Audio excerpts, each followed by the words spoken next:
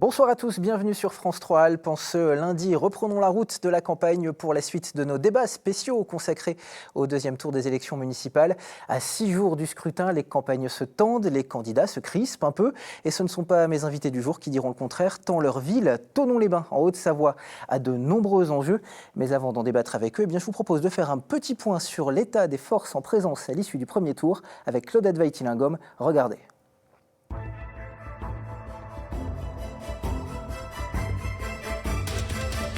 Elle est la troisième ville de Haute-Savoie avec ses 35 000 habitants. Thonon-les-Bains, une cité nichée sur les bords du Léman, une carte postale qui a toujours voté à droite.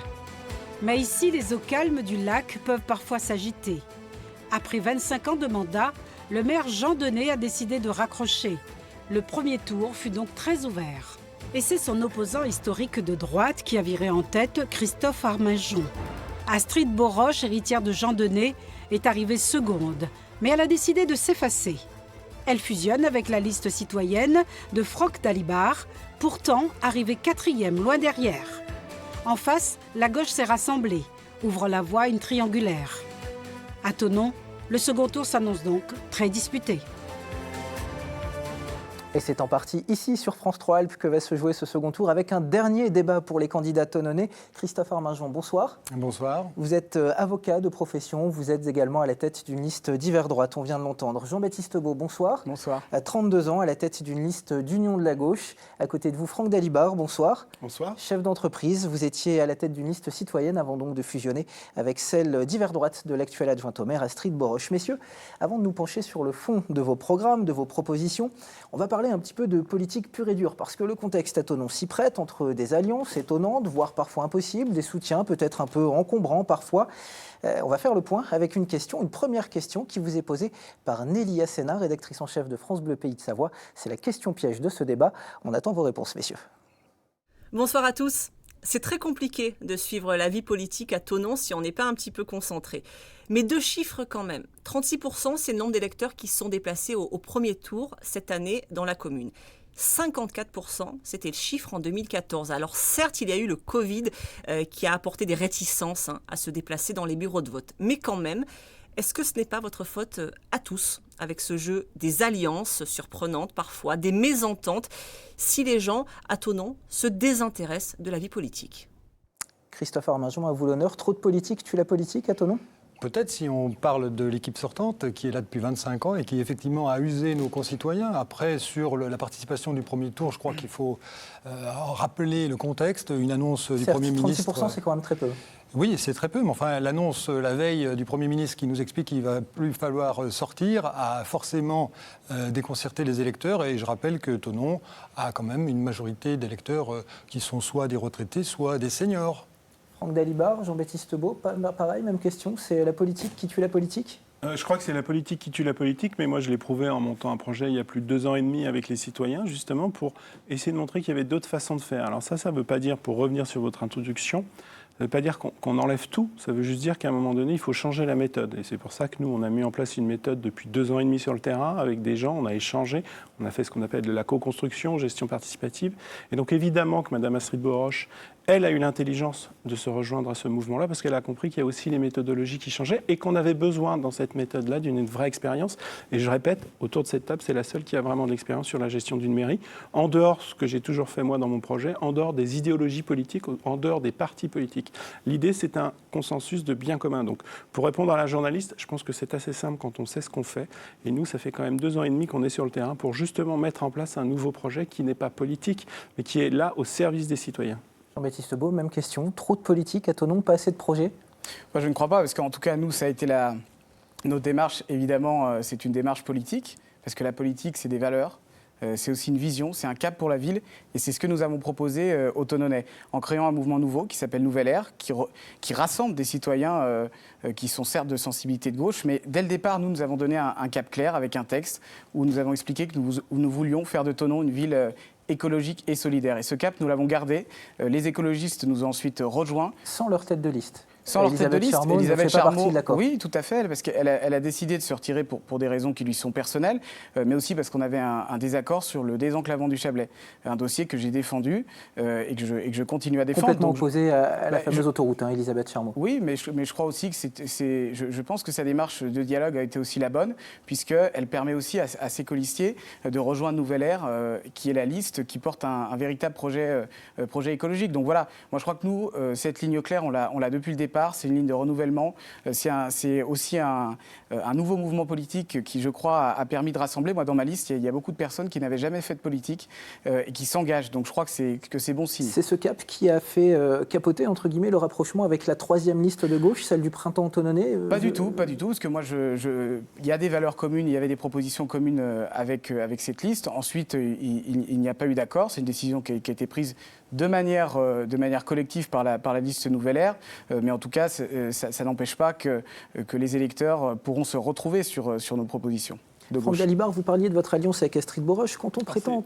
Je me permets juste parce que je sais qu'on aime bien parler, et on voit que le système politique n'a pas tant changé. Les Verts vont forcément avec le Parti Socialiste, ça fait 30 ans que ça fonctionne, et malheureusement, les extrêmes augmentent.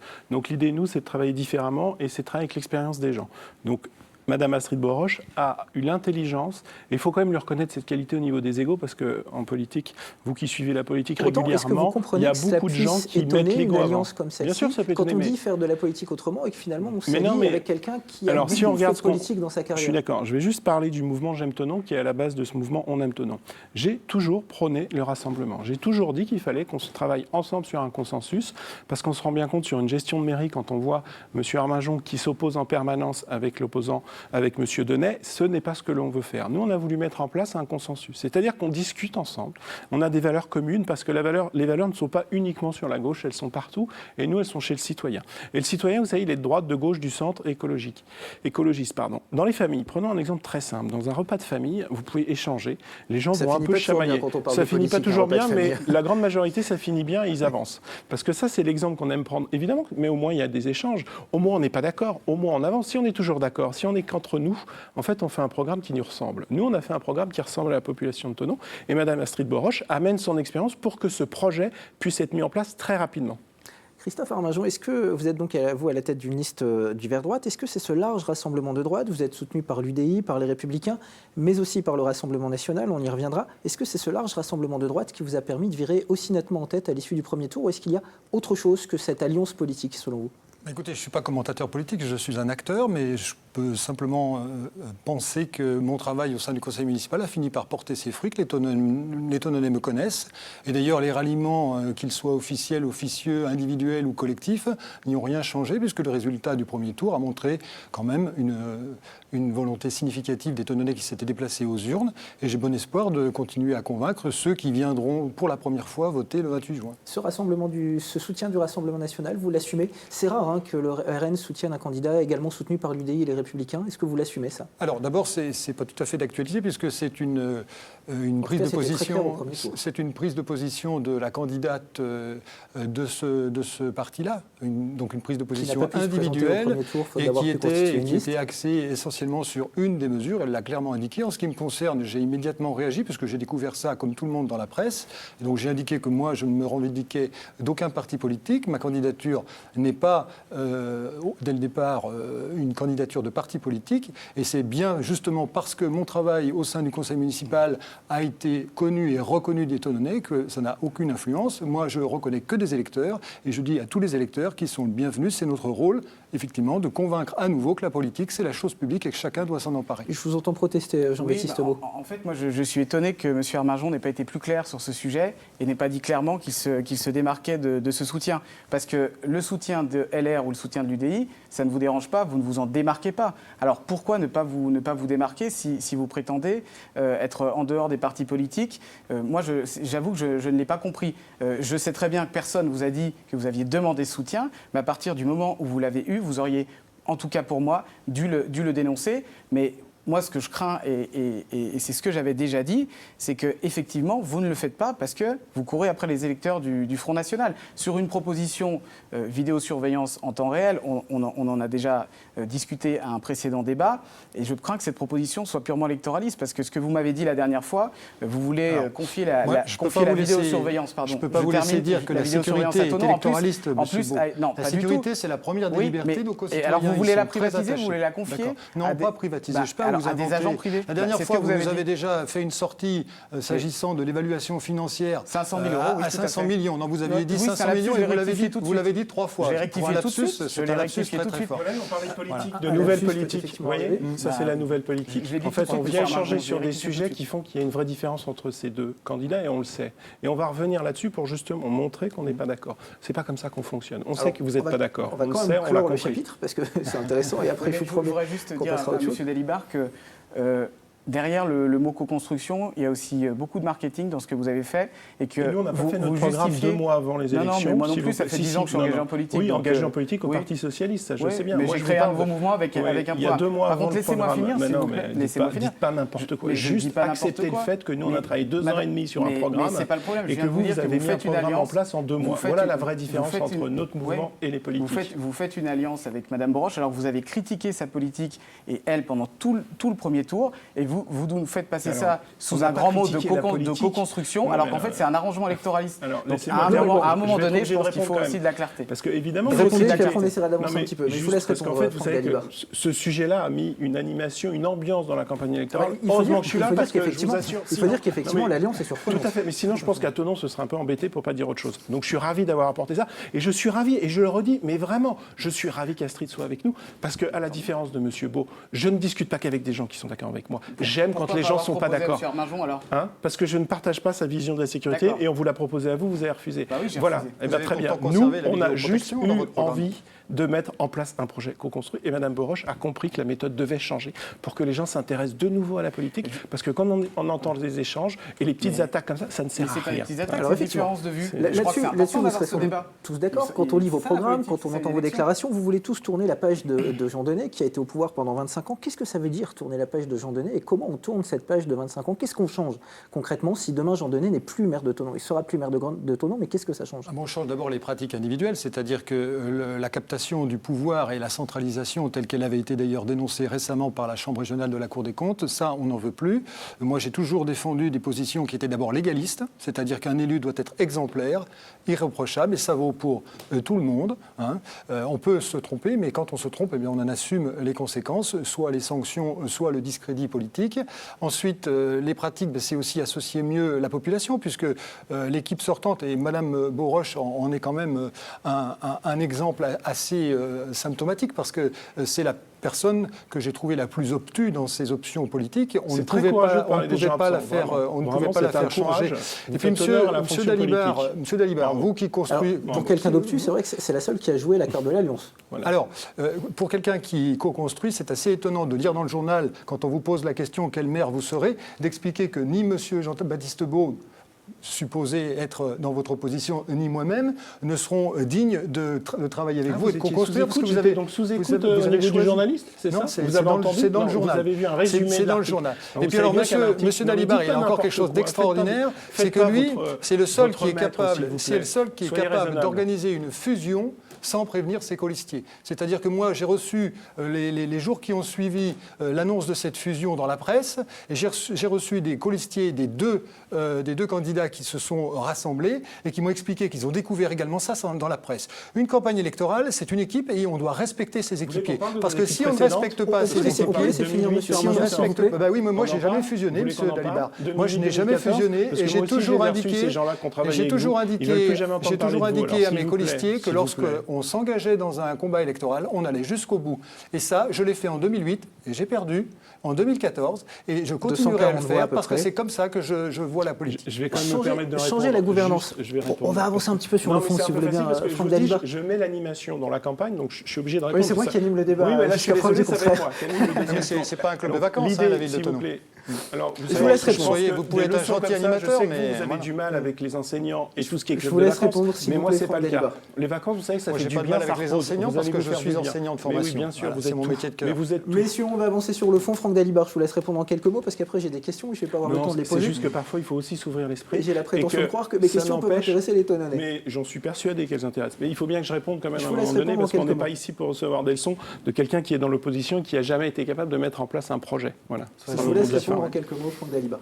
Non, je ne répondrai pas, c'est qu'à un moment donné, j'aimerais qu'on parle du fond, qu'on parle du programme Alors et la justement, vision qu'on va donner. Quel sens à l'action on va parle donner d'une nouvelle page qui pourrait se tourner après 25 ans de mandat de Jean Denay. Vous proposez une mairie participative. Qu'est-ce que c'est une mairie Une participative? mairie participative, c'est que dès qu'un projet est mis en place, il va falloir parler avec l'ensemble des acteurs qui vont être impactés par ce projet-là. Alors ça peut être tout simplement l'aménagement d'une rue, ça peut être aussi par rapport à des projets que nous on a qui veulent être structurants pour la ville, pour qu'ils participent. Et c'est ce que je disais, et c'est là-dessous où monsieur Christophe Arminjon a du mal à le comprendre, c'est qu'en fait l'idée c'est que l'opposition soit constructive aussi, c'est-à-dire qu'elle peut amener évidemment des visions intéressantes. Si on met en place des projets dont on parlera tout à l'heure, j'espère bien que l'opposition nous dira il faudrait peut-être plus faire ça comme ça, parce que ce sera plus intéressant.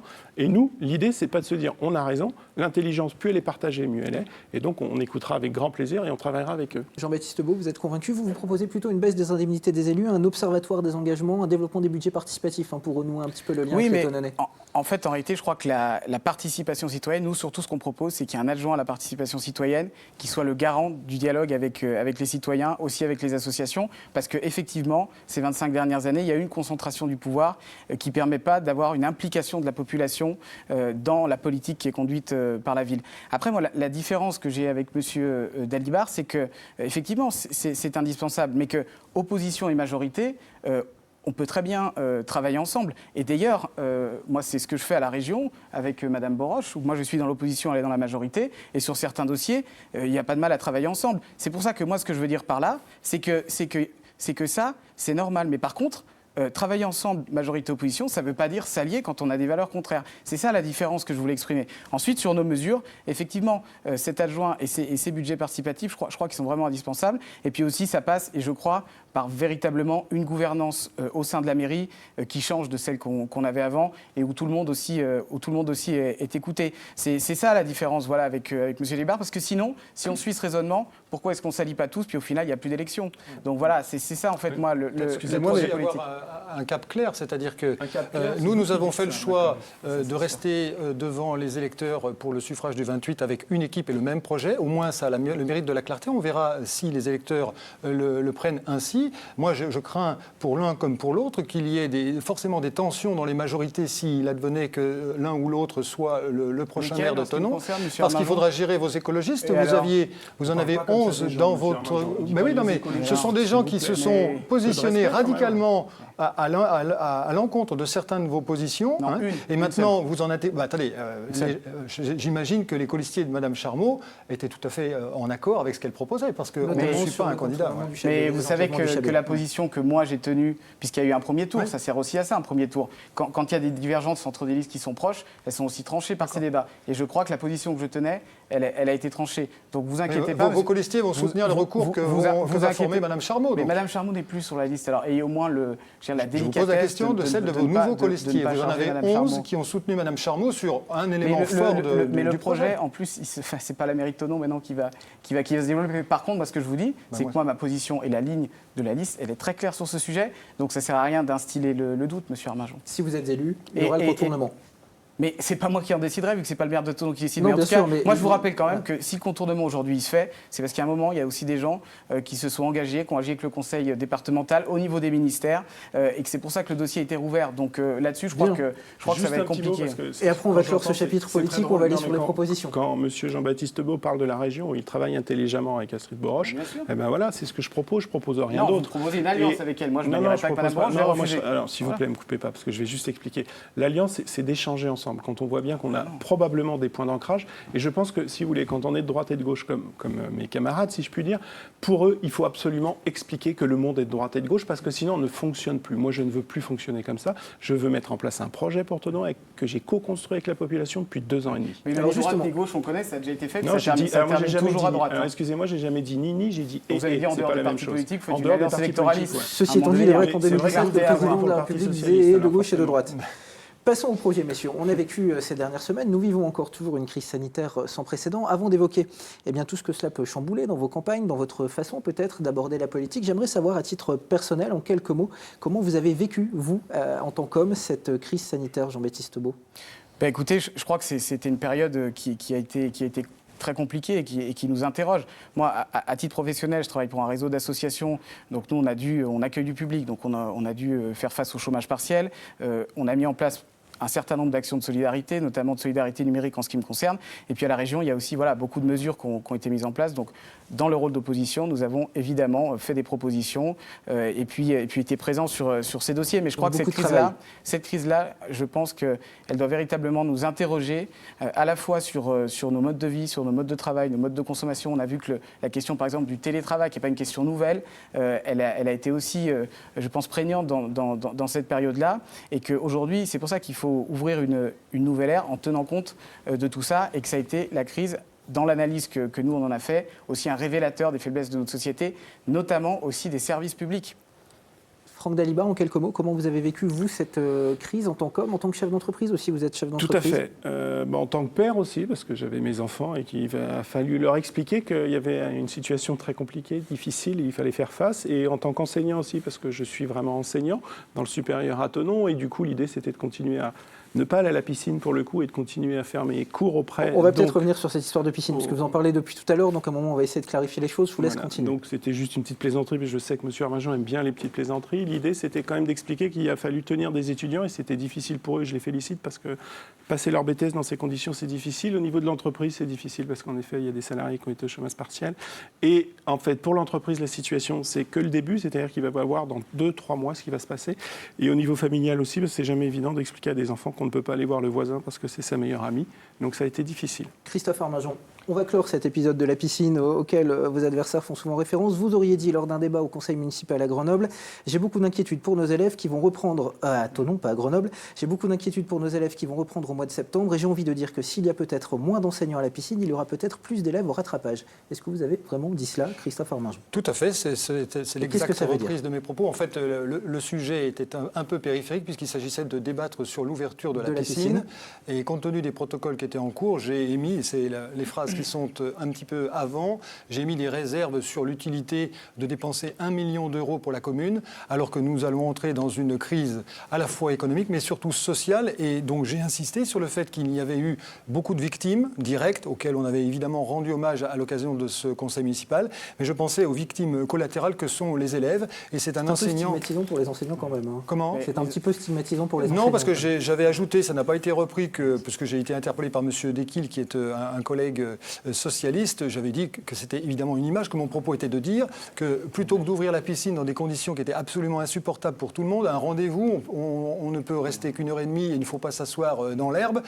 J'aurais imaginé qu'on puisse, plutôt que de penser à ces loisirs-là, puisque le président de la République a parlé d'une guerre, et maintenant il y a une guerre économique et sociale, qu'est-ce qu'on va faire de nos élèves d'ici au mois de septembre? Je rappelle qu'il y a eu 2 mois de confinement, il y a 2 mois où les activités sont quand même un petit peu réduites, et là on pourrait partir en vacances comme ça pendant 2 mois sans s'occuper de ces élèves, et notamment, parce qu'évidemment, ici je parle des plus démunis. Une réponse rapide, parce que j'aimerais vraiment qu'on parle ensuite des propositions, donc réponse très rapide, parce que je vous entends râler à côté de moi, Jean-Baptiste Taubeau. J'ai trouvé ces propos vraiment très choquants parce qu'il stigmatise une profession qui en plus était en première ligne durant la crise, justement avec les élèves, avec les moyens numériques parfois qui n'étaient pas présents, qui a été mobilisée. C'est une profession en plus qui est en France sous-payée, on le sait très bien. Et là, on a des propos qui sont stigmatisants, qui reviennent. Ça, c'était ce que disait Sarkozy déjà dans les années 2000-2010. Je crois que l'essentiel de la phrase, c'est quand même à destination des élèves. Quand on fait un lapsus, le propos.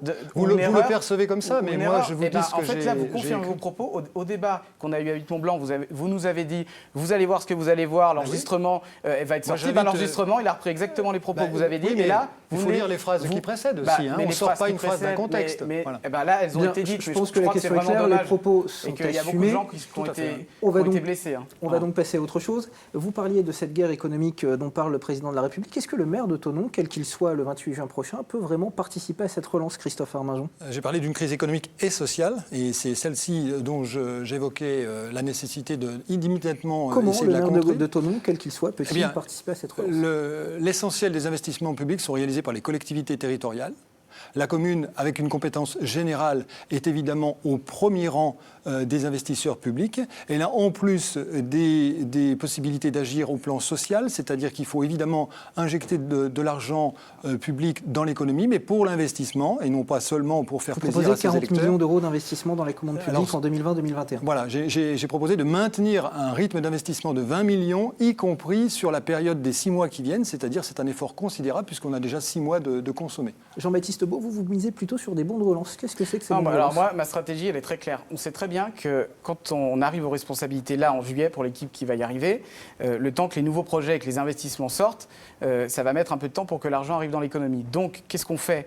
On prépare les projets d'investissement. Nous, nos investissements, ils vont être ciblés sur l'écologie. On souhaite une relance écologique. On a présenté cette semaine un plan de mobilité complète à la fois au niveau des pistes cyclables, mais aussi au niveau de la mobilité douce des piétons. Et puis ensuite, comment on agit entre-temps pour tout de suite directement injecter de l'argent. Donc nous, c'est un soutien avec des bons de relance pour soutenir les commerces. Ça vaut 360 000 euros à peu près. Oui, 360 000 euros. C'est un effet levier. Alors en fait, c'est-à-dire qu'on va mettre en place des bons de relance. Donc on les achètera 7 euros et ils en vaudront 10, donc la mairie met les 3 euros. Puis ensuite, il y en aura une partie, puisqu'il faut aussi de la solidarité, parce qu'il y a des familles qui sont en difficulté. Et avec le Centre communal d'action sociale, il y aura 150 000 euros de ces bons qui sera réservé aux familles les plus modestes. Donc on fera ça. Et puis pour les bons, évidemment, on travaillera avec l'association des commerçants. Donc en fait, l'effet levier, il est là. C'est 360 000 euros, et ce qui permet d'injecter 850 000 euros dans l'économie. Donc c'est un levier qui est quand même assez intéressant. Il y a beaucoup de villes en place, qui ont mis en place ce système. Et puis ensuite, c'est aussi le fait de dire que, évidemment, parce que j'ai entendu dire, on m'accusait de vouloir augmenter les impôts, donc c'est assez caricatural. Il y a 6 millions d'épargne nette, puis en plus, il y aura 5 millions qui vont arriver de la vente de décès. Donc l'idée, c'est vraiment utiliser ces marges de manœuvre pour pouvoir agir tout de suite. Mais la question qu'on peut vous poser, c'est est-ce que les bons seront à destination des Tononnais ou de l'ensemble de la population chablaisienne ou voire externe? Je crois que les bons, il faut que ce soit pour les Tononnais, mais après, ça, c'est des questions qu'on peut discuter, parce que c'est l'idée, c'est vraiment parce que c'est quand même le contribuable tonnonnais qui va financer la mesure. C'est pour ça que je dis, effectivement. Donc, moi, je crois... Effectivement, il faut que ce soit... Parce que vous avez aussi les bons d'achat. Les bons d'achat, ça a été proposé par l'Union des commerçants. C'est une idée qui peut être retenue. Vous l'avez dans votre programme, oui, mais pas dans les proportions que vous proposez, parce que moi, ce qui me pose difficulté, c'est que nous ne sommes pas dans une crise de pouvoir d'achat, nous sommes dans une crise de production. C'est-à-dire que les gens qui sont soit retraités, soit fonctionnaires, qui n'ont pas subi de perte de revenus, peuvent investir. Il faut simplement leur permettre de retrouver le chemin de la consommation. Et ce sont les producteurs. Christophe Armazon, j'aimerais effectivement entendre l'avis de Franck Dalibard. Vous proposez, vous aussi, dans votre programme, de soutenir le pouvoir d'achat des familles. Tout à fait. Je crois qu'il faut prendre le temps aussi de réfléchir et de se dire qu'il faut une relance à court terme et une relance à moyen terme. Le court terme, les bons, malheureusement, on a vu dans certaines études, mais si c'est une bonne idée, je le dis, pourquoi pas. Moi, aujourd'hui, ce que j'ai vu là-dessus, c'est qu'en fait, les gens vont consommer ailleurs, probablement plus dans la grande distribution, parce que, à la différence de M. Armajon, la crise, elle est productive, elle est aussi au niveau de la distribution. Oui, mais voilà, moi, ça a été valable quand les gens ne gagnaient plus, ne consommaient plus pendant le confinement. Moi, c'est pas ce que je propose. L'idée, c'est maintenant, il faut accompagner l'entreprise. L'entreprise, aujourd'hui, a de grandes difficultés. J'ai un exemple très précis, c'est la mienne. Avant le confinement, ça allait. Après le confinement, ça va plus. Et si là, il n'y a pas une relance économique qui est faite, c'est-à-dire que le touriste doit revenir à Thonon. Il va falloir aller le chercher, il va falloir soutenir ça. Donc ça veut dire quoi? Ça veut dire qu'il va falloir adopter la politique du parking. Et il ne faut pas juste dire que c'est la production, parce que la production, chez nous, on n'en a pas beaucoup. C'est beaucoup de la distribution. Et c'est aussi d'accompagner toutes les œuvres, les associations sociales aussi dans leur travail, parce que malheureusement, quand on vit dans un petit appartement et qu'on n'a plus le droit d'aller à la piscine parce que ça coûte 1 million d'euros sur une ville comme un budget de Thonon, pour certains, c'est compliqué. Moi, je trouve que c'est pas compliqué. Il faut aussi partir dans un mouvement d'innovation. Moi, j'ai proposé depuis longtemps des click and collect avec des casiers à l'arrivée pour contrer un petit peu la grande distribution sur Internet. Hein. Tout à fait. Et là, il faut y aller maintenant, tout de suite. Et ça, c'est l'application qui va être mise très rapidement en place parce que ça se fait très facilement. Et après, click and collect dans les commerces, c'est les aider aussi à vendre plus. Parce qu'en fait, l'idée, on va supprimer des charges, c'est très bien, mais surtout pour une entreprise, c'est de vendre plus. Donc, il va falloir les aider à vendre plus. Et donc, ça passe aussi par un plan de communication d'urgence où il va falloir mettre, par exemple, une signalisation dans la ville pour que les gens sachent où se trouve le commerce de proximité. Avant de parler de développement touristique, vous me tendiez la perche, je la saisirai tout à l'heure. J'aimerais qu'on parle d'un quartier en particulier, messieurs, qui a sans doute beaucoup plus souffert que les autres à Thonon du confinement et de cette crise économique qui arrive. C'est celui de Collonges-Sainte-Hélène. Derrière la carte postale, c'est un petit peu le revers de cette carte postale. Ce quartier, 40% des habitants là-bas vivent sous le seuil des pauvretés, avec moins de 987 € par mois. Donc, qu'est-ce que vous proposez, messieurs, pour ces gens-là, pour ces citoyens, pour qu'ils se sentent de nouveau intégrés à la vie publique et qu'ils retrouvent un petit peu une place dans la société ?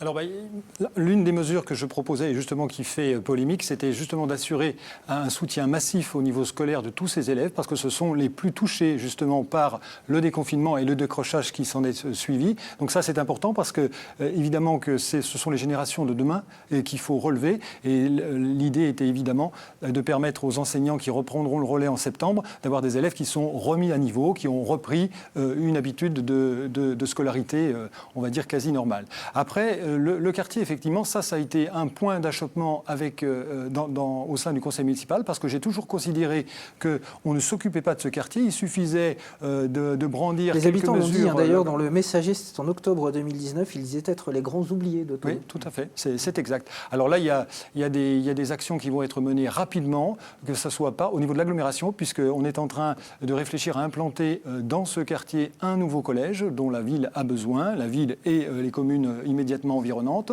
Il va y avoir aussi, évidemment, les annexes sportives, et ça va être tout un enjeu pour la ville de Thonon de dire au département qui est maître d'ouvrage dans ce domaine, de dire la halle sportive, il faut qu'elle soit en interface avec le quartier pour que les jeunes du quartier en profitent.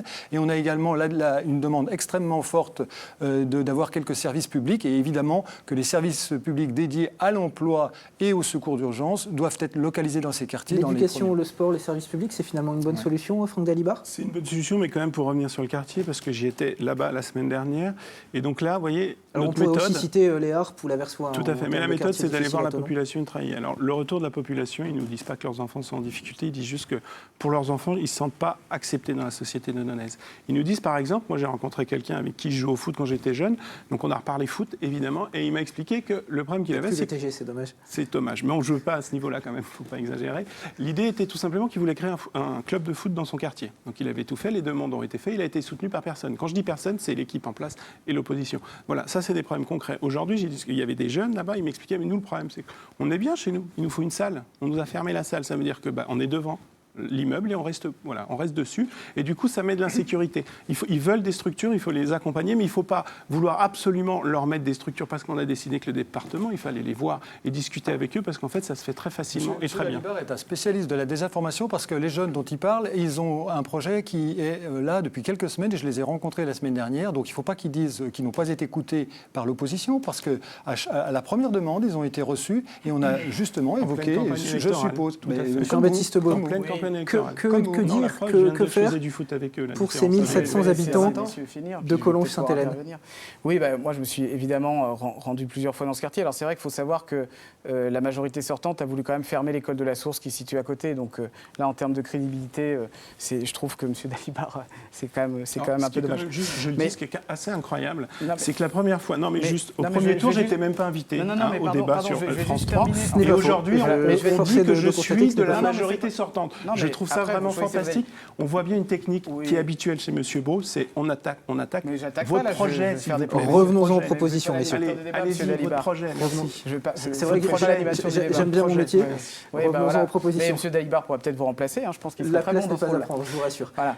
Alors, effectivement, c'est un quartier prioritaire de la ville et je crois qu'effectivement, les citoyens de ce quartier se sentent abandonnés. Donc pour moi, la première chose, c'est les services publics et l'animation de la jeunesse. Nous, on a prévu de faire des points d'accès aux services publics qui sont mutualisés dans ces quartiers. Je vous donne un exemple très simple, c'est la dématérialisation. Aujourd'hui, il y a beaucoup de démarches qui sont faites en ligne et malheureusement, souvent, les habitants, d'ailleurs qu'ils soient des personnes âgées ou pas, se sentent perdus. Donc l'idée, c'est d'avoir quelqu'un qui puisse les accompagner et aussi après les rediriger vers les autres services publics. Ensuite, il y a une question, je crois, d'intégration dans la ville, de transport. Donc, nous, c'est pour ça qu'on a proposé aussi un réseau de bus qui soit renouvelé, alors là, c'est au niveau de l'agglo, et qui soit aussi gratuit parce que 20 ou 30 euros d'économie à la fin du mois, c'est quand même... Transport gratuit pour tous. Oui, pour tous, oui, c'est pour tous. C'est pour ça que c'est aussi quelque chose d'important. Et puis ensuite, il y a tout ce qui se fait. Alors c'est vrai que ce que nous disent les habitants, je pense que mes concurrents l'ont aussi constaté en les écoutant, c'est que avant, à Thonon, il y avait une politique d'animation qui était quand même plus ambitieuse, avec beaucoup plus d'activités, beaucoup plus de présence. On pense notamment à la Grangette. Et je crois qu'il va falloir remettre en place cette politique d'animation. Et donc là, ça passe aussi par des animateurs qui sont à plein temps sur plusieurs thématiques et où véritablement on implique la population. Et puis globalement, quand on parle de solidarité, ça passe aussi par toutes les mesures sociales qu'on a pu proposer dans notre programme. Je crois qu'à Thonon, malgré les richesses Et le fait qu'on dit souvent que c'est une ville aisée, il faut savoir que Thonon, c'est une ville aussi où il y a beaucoup d'inégalités. Oh, mais Il y a je quand viens même de le voir, 13%, 40% d'habitants sous Oui, le seuil de puis pauvreté dans ce quartier. Exactement, et puis 13% de pauvreté au global. Donc il faut la cohésion sociale. C'est vraiment ça qui est important, du vivre ensemble, et puis des lieux de vie. Parce que dans ces quartiers, on sait très bien que quand on y va, malheureusement, il n'y a pas assez de lieux de vie où on peut se retrouver. Vous parliez Donc des ça passe aussi animations, par l'urbanisme. Jean-Baptiste Beau. Qui dit animation dit aussi un peu de tourisme, surtout en cette période où les Français sont amenés à passer leurs vacances en France, pour la plupart d'entre eux. Là, je vais vous taquiner un peu, messieurs, mais moi j'ai fait mon lycée à Évian, juste à côté de Thonon. Évian qui est très touristique, à la grande différence de Thonon. Comment faire, en quelques mots, parce que le temps file, une mesure phare pour relancer un petit peu le tourisme à Thonon, donner aux Français l'envie de passer leurs vacances à Thonon, Christophe Arminjon? C'est d'abord une façon de faire, parce que Thonon a choisi d'être systématiquement isolé en matière de politique touristique, alors qu'on sait très bien qu'aujourd'hui, les consommateurs de produits touristiques, ils viennent pour une destination, ils se posent à Thonon, mais ils vont à Évian ou inversement. Et évidemment qu'on a la chance de pouvoir leur offrir un panel d'activités énorme entre le lac, la montagne et l'arrière-pays. Et donc c'est évidemment revoir complètement cette offre et en la présentant non pas comme une invitation à venir à Thonon seulement, mais travailler ensemble avec nos partenaires de l'Est et de l'Ouest qui Même sont avec extrêmement... Mais avec tout le monde, surtout avec Évian et avec Ivoire qui est la première destination touristique du Chablais. Le plus beau village de France. Franck Dalibar, en quelques mots. Alors c'est donner du sens à l'action, c'est ce qu'on fait depuis toujours. C'est-à-dire qu'il faut faire un constat. En effet, nous sommes au bord du plus grand lac d'Europe occidentale. Nous avons la chance d'avoir les montagnes, les Alpes à côté. Attention. Non mais je me dépêche, mais développer le tourisme comme ça, c'est compliqué. Nous déjà, c'est redessiner, de savoir où on se situe. Et à partir de là, on peut mettre des projets structurants pour la ville. Nous, on veut que Thonon devienne la capitale de la gastronomie savoyarde parce qu'on a l'école hôtelière et parce que Thonon doit retrouver une identité. Ouais, exactement, un des plus réputés de France. C'est une identité, mais il y a d'autres projets. Juste un dernier mot sur le label de ville et village fleuris. C'est vous qui allez fleuris. être frustré à la fin parce qu'on C'est va rater un important. exercice. Non, mais c'est important parce que ça, pour nous, c'est vraiment ce qui va donner un nouveau visage à Thonon et pas besoin de maison d'écologie. Il faut absolument accompagner tous les projets avec, évidemment, ce label ville et village fleuris. Et j'insiste et je le défendrai tous les jours. Jean-Baptiste Beau, je compte sur votre concision. Oui, mais nous, ce qu'on souhaite faire pour le tourisme, c'est effectivement redonner cette identité à la ville, parce qu'aujourd'hui, il en manque, mais c'est aussi jouer sur la destination Léman. Et ça se fait avec Thonon en moteur. Thonon, où il faut évidemment agir sur le patrimoine pour un peu le revaloriser, ce qui n'est pas du tout le cas aujourd'hui. Et avec cette destination Léman, on pourra aussi profiter du fait qu'on est sur un territoire, le Chablais, où il peut y avoir un tourisme durable qui est mis en place avec les vallées environnantes. Et je crois qu'il va falloir vraiment là avoir une démarche collective. Et ça, c'est ça qui fera la force de la destination touristique, qui, je pense, peut être vraiment une destination touristique attractive. Et puis moi, dans 10 ans, ce que j'aimerais, c'est qu'on vienne à Thonon aussi parce que c'est une ville, un modèle de ville durable. Dans la mesure où c'est votre dernier débat, l'exercice que je vais vous poser maintenant revêt une importance assez particulière. Vous allez avoir 40 secondes chacun chronométrées pour vous adresser une dernière fois face caméra aux électeurs de Thonon et les convaincre de voter pour vous une dernière fois. Donc Christophe Arminjon, on commence avec vous, c'est la caméra de droite, vous avez 40 secondes chrono. Bien, mais je voudrais d'abord dire aux Thononnaises et aux Thononnaises qui m'ont fait confiance au premier tour qu'ils ont raison de le faire puisque nous sommes toujours unis avec une équipe et un projet pour évidemment réussir Thonon. Et à tous ceux qui n'ont pu ou n'ont voulu aller voter le 15 mars, je leur dis venez le 28 juin, vous saisir de cette opportunité unique de décider de l'équipe qui viendra gérer les affaires municipales. Et je crois que Thonon a besoin d'un cap clair et d'un renouveau dans les pratiques. Mais évidemment, compte tenu de ce qu'on a évoqué sur le Covid, il faut aussi des élus qui soient expérimentés, qui connaissent les dossiers. Et j'ai la fierté de dire que je suis soutenu par beaucoup de maires aux alentours et nous allons non seulement réussir Thonon, mais nous allons réussir tout le Chablais. Pile 40 secondes. Franck Dalibar, c'est à vous. Caméra de gauche, celle qui est allumée. C'est la première fois dans l'histoire de Thonon-les-Bains qu'un projet a été co-construit avec la population, avec l'ensemble des gens de droite, de gauche, du centre et des écologistes sur des valeurs communes, parce que les valeurs communes existent et heureusement, parce que sinon il n'y aurait pas de vivre ensemble. Nous proposons le seul projet capable de donner une vraie vision pour Thonon ouverte, parce qu'il ne faut pas s'arrêter à des soutiens. Il faut s'arrêter à la population, aux besoins de la population. Ça, c'est ce qui fera que demain, Thonon sera une ville où ce sera très agréable de vivre, qui aura un vrai positionnement géographique. C'est une porte ouverte sur l'Europe et on l'assumera. Nous défendons depuis plus de 2 ans et demi sur le terrain le vivre ensemble et je sais que nous continuerons à le faire et ce sera aussi le vivre ensemble avec l'opposition parce que nous sommes persuadés que nous pouvons travailler ensemble. Merci Franck Dalibar, c'est à vous Jean-Baptiste Beau, la même caméra. Mais écoutez, nous avons une ambition, c'est transformer cette ville, c'est projeter cette ville dans l'avenir, dans les transitions, la transition écologique, la transition numérique aussi, et puis la nécessité de solidarité. Et nous avons conduit un projet qui aujourd'hui répond aussi au contexte, apporte des solutions concrètes au contexte de la crise et véritablement va transformer cette ville. Nous l'avons fait avec un mouvement nouveau, avec Nouvelle Ère. Et nous, ce que nous souhaitons, c'est maintenant tourner la page du passé à Thonon. Je crois qu'il faut qu'on se projette vers l'avenir et c'est ce que véritablement nous proposons avec Nouvelle Ère. Alors, pour tous les Thononnais qui veulent une ville écologique et solidaire, faites le bon choix et le 28 juin, votez Nouvelle Ère.